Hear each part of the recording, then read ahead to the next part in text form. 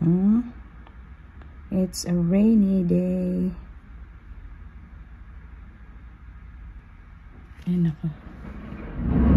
There. Kumukulog, kumikidlat. There's a thunderstorm. Yan guys. Ang boiled eggplant with the boiled okra as well.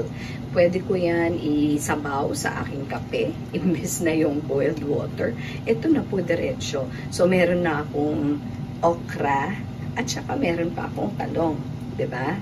Okay, bakit ko naman itatapon yung water niyan? Ang daming nutrients kaya niyan. So, careful with your camera kasi maglalabas ito ng steam. Ilalayo mo siya. Kung ayaw mong masira yung iyong, ayan o, steam. See, look at that. Ilayo mo lang siya. Ganyan. Ayan po, pag kumulo, bubuksan mo lang konti dito. Tapos, babawasan mo ng apoy.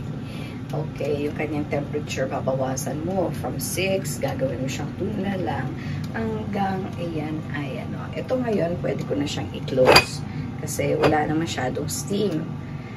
Bakit mo binubuksan? Siyempre, para hindi lumabas yung tubig, at hindi mabasa itong buong stove area mo. Okay? So, very practical lang naman, pero minsan, opo, lalo na kung batang-bata ka pa, hindi mo talaga alam dahil wala ka pang experience doon. So, ayan, pag na-watch nyo po sa video ko, siguro, yun, malalaman nyo na bakit mas gusto ko po ito. Kasi, yung itim, hindi siya dumihin. Opo, kasi ang hirap po talaga maglinis talaga ng mga pots, no? Na, nililinis mo naman siya, kaso, oo, hindi ka makakapagpaputi. Ang hirap po paputiin eh. O, katulad po nito. Tingnan mo, sa gamit niya, talagang nangitim na. Dahil syempre, because of the heat. Because of the heat, lalo na pagbabad siya doon sa stove mo. Okay, wala namang apoy eh. Dahil yung apoy, it's actually an electric stove ito. O, parang itim-itim niya lang, pangit na tuloy. Kaya, much better, ito na lang po yung itim na pot. Okay, ayan guys, nandyan yung ating eggplants. O, pwede na natin yan. After boiling, pwede na natin siyang i-peel. O, yung iba, pinipeel pa. Yung pwede naman din na hindi na. Wag mo na siyang ipeel. Durugin mo na lang siya. You get your fork. Tapos, igaganyan na lang natin siya. Okay, igaganyan na lang natin siya. Siyempre, magbubukas yan. And then, ilulublub siya natin sa beaten egg. So, mamaya mag-beat tayo ng eggs. Pero, basically, ganito lang gagawin natin. Hindi na natin siya tatanggalan ng balat. Kasi sayang pa yan, diba? Pag gumawa ka ng laswa, diba, yung eggplant mo, meron naman ding cover, may skin. So, ganito din siya. Na, actually, I learned this from my husband. Kasi, dati, tinatanggal ko po talaga yung balat. Pero siya, pag gumawa pala nito, natutunan niya din siguro sa nanay niya. Buti pa nga si hubby eh. Ang dami niyang natutunan iluto. Kasi, syempre, yung mother-in-law ko po talagang nagluluto po yan dati. Karinderya doon sa barangay. So, marami siyang alam na luto. Ang nanay ko din naman po nagluluto din. Kasi meron siyang mga kasera na pinagsisilbihan. Pero when we were growing up, talagang school lang kami. Bahay, school, kain na lang. Gigising ka sa umaga na meron ka ng gatas at ready na yung rice mo. At saka, meron ka ng sunny side up o minsan scrambled eggs o kahit ano, basta may egg every morning, may gatas ka na dyan. Ayan, kaya nasanay kami sa ganyang buhay. Okay. Mga 30s na ako nung I learned how to drink coffee. Oo, nagkakapalpitation pa ako nun. Hindi tulad ng mga bata ngayon, sanay na sanay sa kape. Ewan ko ba kung anong epekto niyan. Okay? So, although we learned na coffee naman talaga ay nakaka-boost ng brains mo, brain cells. Talagang, ano ang tawag dyan? Gising na gising ka sa umaga pag nagkape ka. Pero guys, delikado ha. Meron ako naging estudyante dati. Sus, uminom ba naman dahil nag-aaral siya? Uminom ng kape. Tapos nakatatlong mugs siya. Inay. So, na-hospital. Kasi syempre bata pa. Yun, hindi pa dapat ganun ang intake mo ng caffeine. Ngayon guys, yan na siya ang kinuha ko doon na sabaw. Ito. So, boiled water.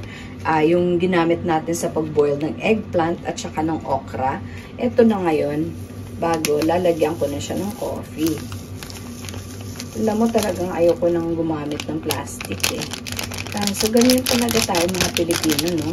Kaya, siguro minsan, bibisitahin ko yung facility dyan sa may Paranaque, sa may Philinvest din po yata. Dun sa may Alabang, kung saan meron sila, it's a French company, meron silang, napanood ko sa balita one time, meron silang ginagamit na pang ano po ng tawag dito, meron silang ginagamit na pang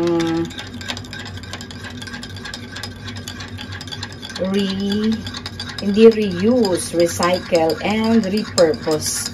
To repurpose all the plastics. Ni-repurpose yung mga plastic na imbis ito basa lang eh, yung coming from oil. This one is also plastic. This one is also plastic. Ang dami talaga nating plastic. And of course, the sachet, coffee sachets. Dati gumamit din naman ako ng coffee na nasa bottle. Pero afterwards, ubos din naman yung bottle. Okay. So, kaya, iyon. Balik na naman sa sachet. Pero, kailangan talaga natin i-repurpose ang ating mga sachet, lahat ng mga plastic na yan, para hindi mag-clog sa mga estero.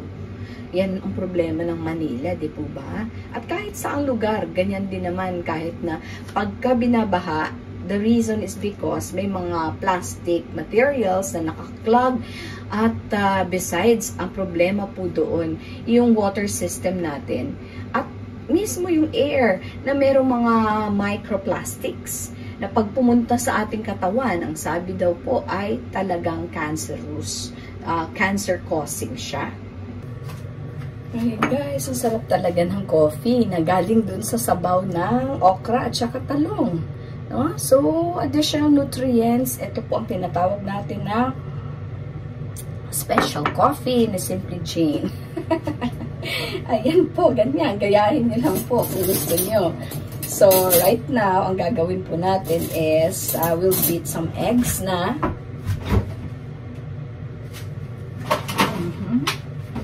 Imagine ninyo, ultimo lalagyan lang ng eggs. Yung egg tray po ay plastic din. Wala po tayong magagawa kasi hindi naman po natin mabibili siya. Although, meron din namang mga made of yung mga anong tawag doon, parang repurposed, no? Mas maganda po yun, no? Yung mga repurposed na paper na ginawa nilang egg trays, magaling. So, ito po, nabawasan ko ng dalawa. So, talagang kailangan natin may egg tray na ganyan, galing sa supermarket. Ayan. So, kahit isa, pwede na po. Kasi, anyway, 3 eggplants lang naman yung ating gagawin. And, of course, lalagyan na po natin ng salt. A pinch of salt. And, we'll beat the eggs. Ayan na po. Beat na natin siya. And, eto na. We'll dip each one of these inside. Okay, dito sa ating beaten eggs. Alright. Tapos, lalagay dito. Yung isa naman, Ganyan lang, ilublob lang siya. Alam na alam niyo pong gumawa ng tortang talong, di ba? O, nutritious na yan, syempre. Ayan, may eggs. O, tapos, besides, nagamit pa natin yung ating sabaw dun sa ating, baliktad-baliktarin mo siya. At yung remaining, syempre, dito mo rin siya ilalagay. O, mamaya, we will try to fry. Okay, fry na natin siya doon sa ating umitim at nangitim na nangitim na frying pan. Ito, dito. So, anyway, yung ating rice ay almost done na. So, lilipat na natin siya sa kabila. And then, ito na, para isang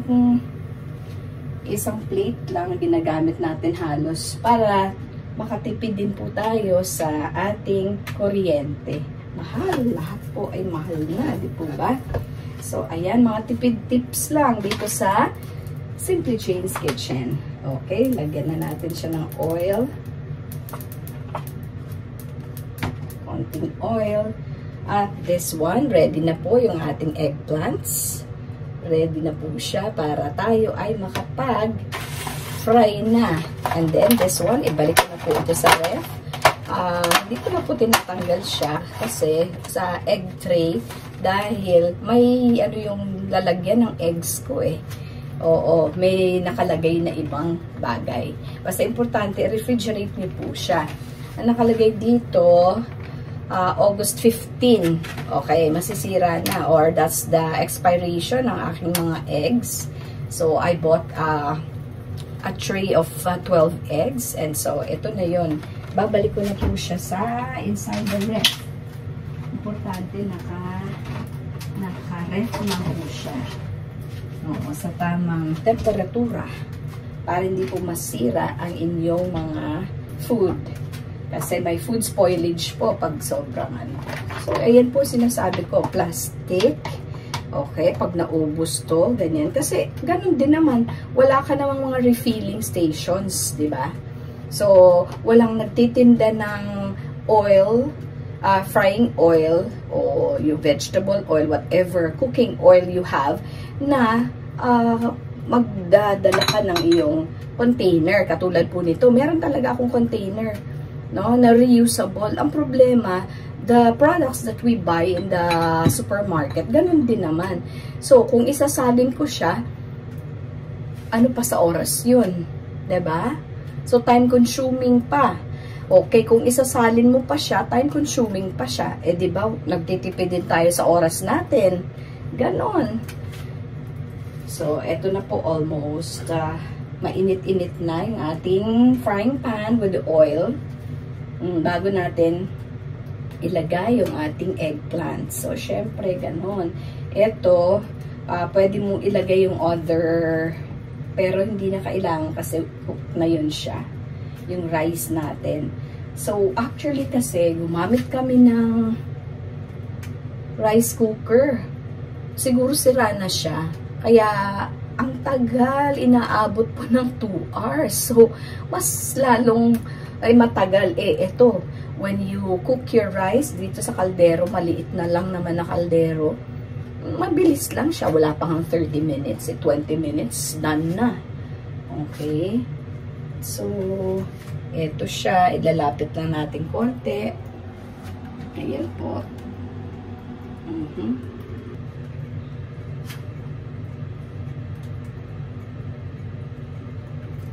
Ayan, so almost ready na. Okay, ganito. Lalagay natin siya. Okay. Ayan. Alright.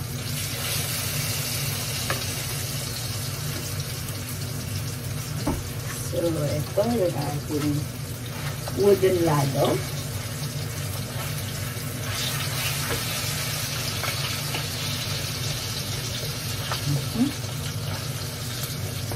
Guys, actually, pwede siyang lagyan ng a little pepper, yung black pepper mo.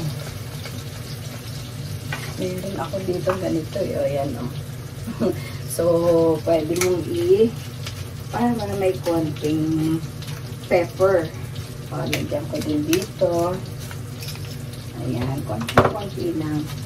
Para may twist ang lasa.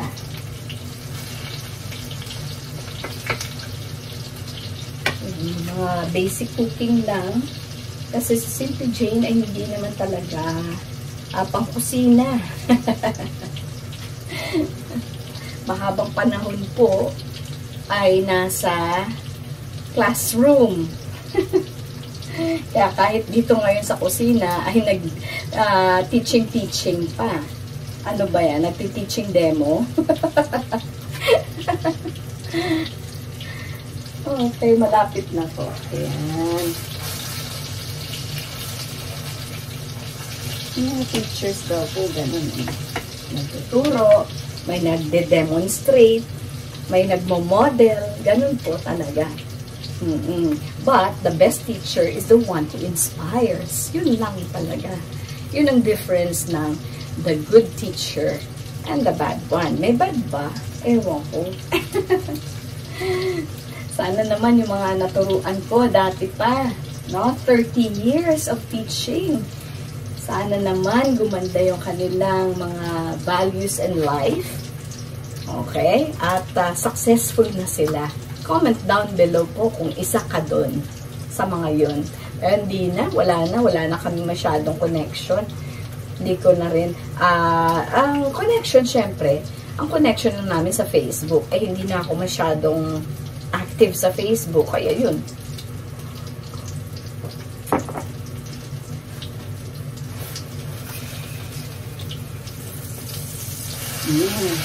Ayan, sarap po.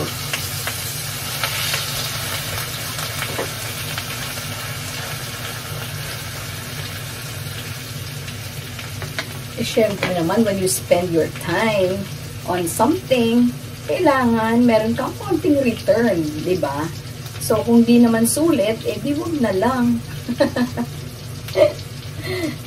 Actually, yan po ang reason kung bakit last year, siguro mga ilang months din ako, almost na-reach ko na almost mag-monetize na si Simply Jane ng mga panahong iyon, tama, sakto naman po, nasira yung laptop ko. Huminto na rin po ako sa online teaching. Plus, huminto na rin po ako muna sa YouTube. Pero talagang, sabi ko, gusto ko talagang i-pursue. So, binalikan ko siya. Pero, at besides, nung time na yun talagang kailangan ko na talaga ng income. So, at yung, ang hirap, naglipat kami ng bahay. So, walang saktong address na pwede mong ilagay talaga. Sakto naman guys, nasira yung laptop ko. Hindi ko na talaga na pursue yung pag-monetize. Pero almost there, nakakainis. Pero anyway, it's never too late. Yun po, another year na naman bago monetization. Kaya ito ngayon, kayod-kayod na naman po para magkaroon tayo ng maraming views. Watch hours na lang kung problema natin Oy, salamat po sa lahat ng mga supporters ko dyan Kasi si Simply Jane, 2010 o 20 na po yata yung ating mga subscribers. Thank you po. So, patuloy natin yung ating pagluluto nitong ating tortang talong. Ayan po, napakaganda. So, ganyan lang siya. Ang kinagandahan, huwag mong tanggalin yung kanyang stem para meron kang hawakan. Like this. Ayan, may hawakan. So, isa na lang. We're done. Isa na lang actually. Ito pa yung isa. So, durugin mo yan siya. Okay. At iyan. Last na po ito. Last one. At ubusin mo na talaga yung laman nitong lalagyan mo. Okay. Ayan na po. We're almost done. At meron na tayong kanin na masarap, mainit. And of course, nagkakape na tayo. Alright. So, it's a stormy day today, but no. Anyway, kahit na stormy day siya, there should always be sunshine inside the house. Simple lang naman ang buhay, eh. Di po ba? Simple lang talaga. Simple joys of every day. Manalangin lagi sa Panginoon, and yun. Dahil siya po lagi ang ating gabay.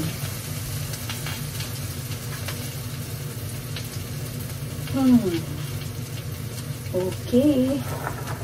Ayan, lalagyan natin siya. Okay, ganun na siya.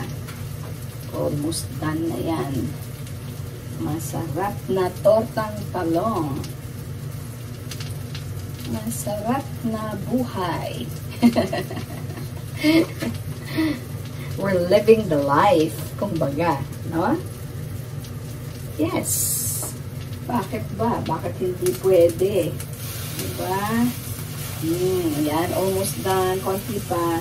I can turn off this stove para yung init lang siya ng stove, yung plate. Kasi syempre, plate lang siya, no? Electric plates. So, yun na lang ang magpa-finalize ng ating nilulutong tortang talong. At ibabalik natin yung ating rice dito para di sayang yung kanyang init doon sa mga plates na yon. So, konting tipid tips. Ganon. Hindi naman kailangan lutong-luto siya bago mo siya patayin. Alright. So, may hood naman ito na nagsa-suction po. Okay, papakita ko po sa inyo. May hood tayo dyan na nagsa-suction ng init, usok, papunta doon sa chimenea. Okay, sa taas. Pero of course, every now and then, lilinisin po natin to kasi it will accumulate all the oil, yung mga splash of oil. No, syempre yung oil, pag nagluluto ka, lalo na pag bangus o mga isda, nag-i-splash po talaga ang oil. So, napupunta po yung iba dito sa wall. Maganda nga itong backsplash namin. Mabilis lang pong linisin yung backsplash. Mabilis lang pong linisin. Okay. Alright, ito. Ito po siya. Ayan. Okay. Ayun na siya, oh. Wow. Diba? Okay, ayan, meron tayong natira na iwan. Masarap yan. Masarap kainin iyan.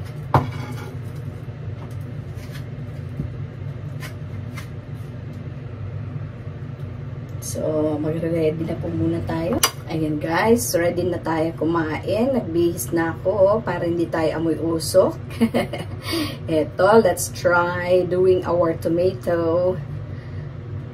Yes, i-demo para may konting decoration ang ating eggplants. Yung tortang talong po natin. May decoration. Ayan, ganyan na parang rick-rack lang po siya. Parang rick-rack lang po.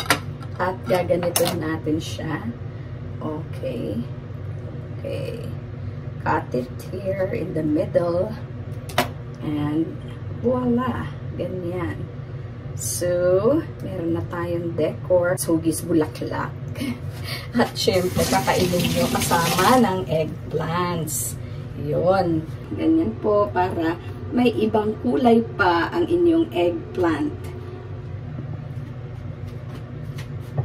Naalala niyo po kanina, meron pa tayong okra. Ayan, for lunch naman po siguro, lalagyan ng kalamansi. Okay? And of course, yung sabaw niyan, hanggang mamaya pa po iyan. Oo. O, pwede niyo pang gawing ice cubes ulit.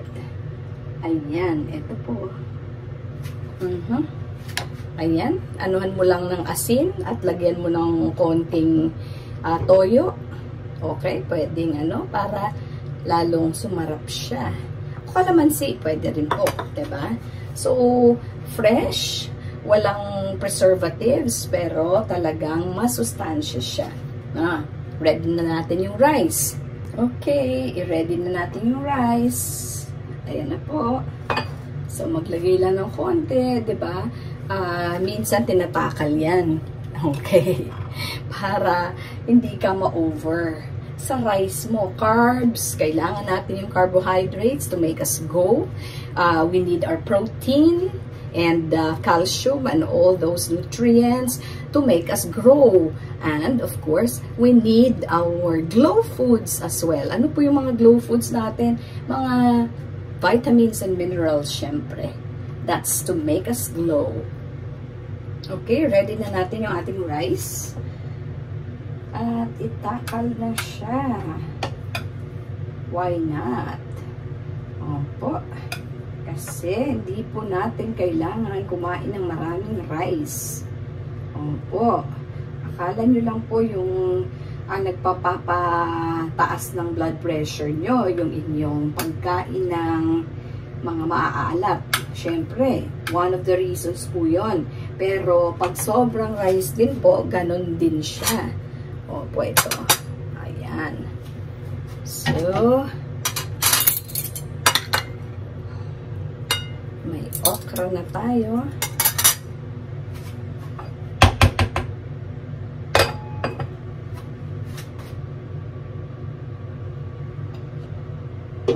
Cover natin yan. I-off na natin to. Maghiwa na tayo guys ng 3 kalamansi. O kahit 2 lang. Ayan po. Gasan. After washing, hiwain. Additional vitamin C. Mga ka-senior.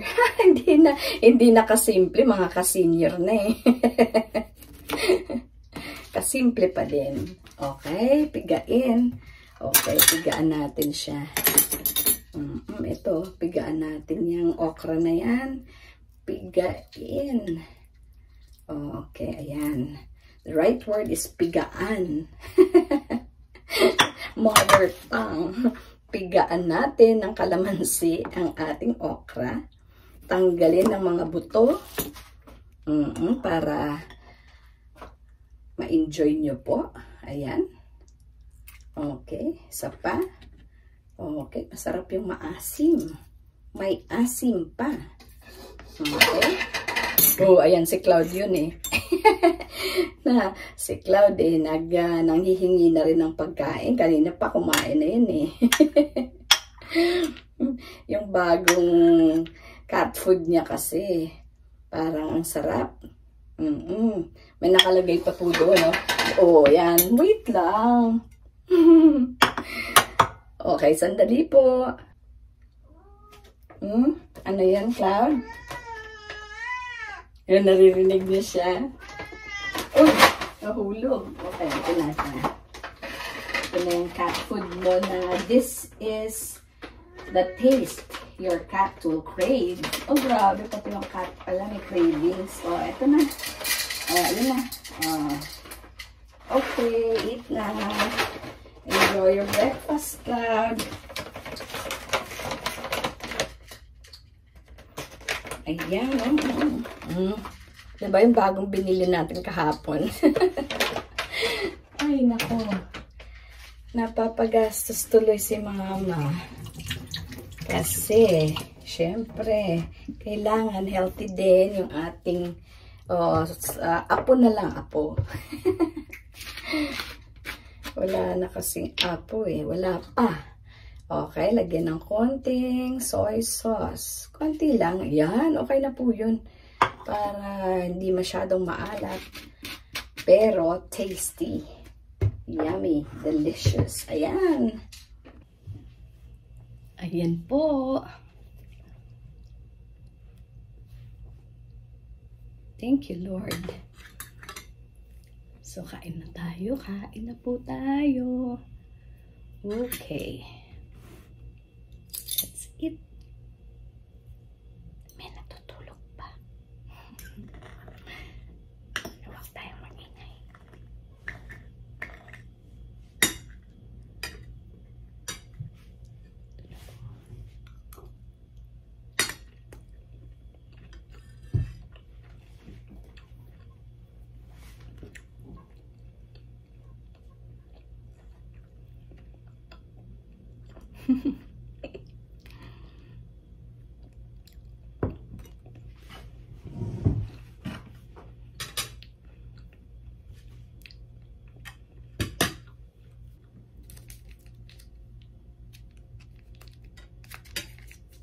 Sayang din naman po.